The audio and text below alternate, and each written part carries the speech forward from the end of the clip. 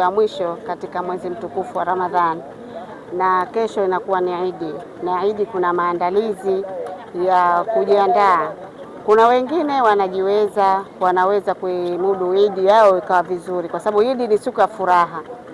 Kwa hiyo kuna wengine hali zao kidogo, na nyama safari hii imekuwa kipusa kikubwa sana, imekuwa inaweza ukafika shilingi 20,000 kilo moja mpaka 25,000. Kwa hiyo nikaona na mie mbunge wa jimbo hili ni vyema nikawaona wazee wangu, mayatima, watu wana mahitaji maalumu, ili waweze na wao kufurahia siku ya Idi.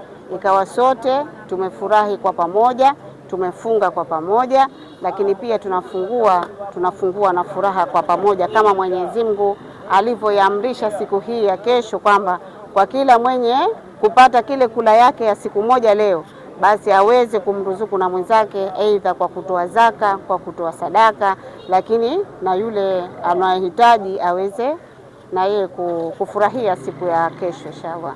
Kwa hiyo na mie kama mbunge wa jimbo la Fuoni nikaona ni vyema kutii pia maamrisho ya Mwenyezi Mungu, lakini pia kuwa pamoja na wananchi wangu. Wangu mimi hasa kwa wazazi, kwanza tuwalee watoto wetu vizuri na tuwafunze malezi ya dini, ili kuepuka na hili janga la udhalilishaji. Tuwavishe watoto wetu mavazi aliyoamrisha Mwenyezi Mungu. Mtoto ukimvisha vizuri, basi hata kama kuna yule mtu ambaye anataka kufanya maovu, anakuwa hawezi kumfikia. Lakini pia tusiwaache watoto peke yao wakaenda katika viwanja vya sikukuu. Tuwe nao watoto wetu, au tuwatafute watu waliokuwa tayari wamekuwa wanajifahamu, waweze kwenda nao katika viwanja vya sikukuu. Zaidi nasisitiza tuweze kuwavisha vizuri watoto wetu katika maamrisho aliyoamrisha Mwenyezi Mungu.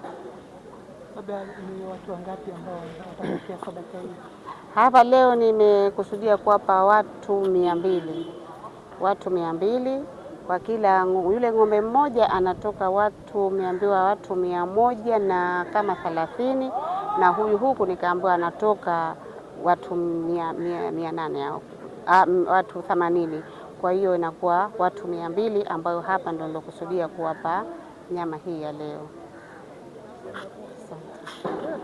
Yote hayo utayapata hapa Maisha Online TV, mwangaza kwa jamii.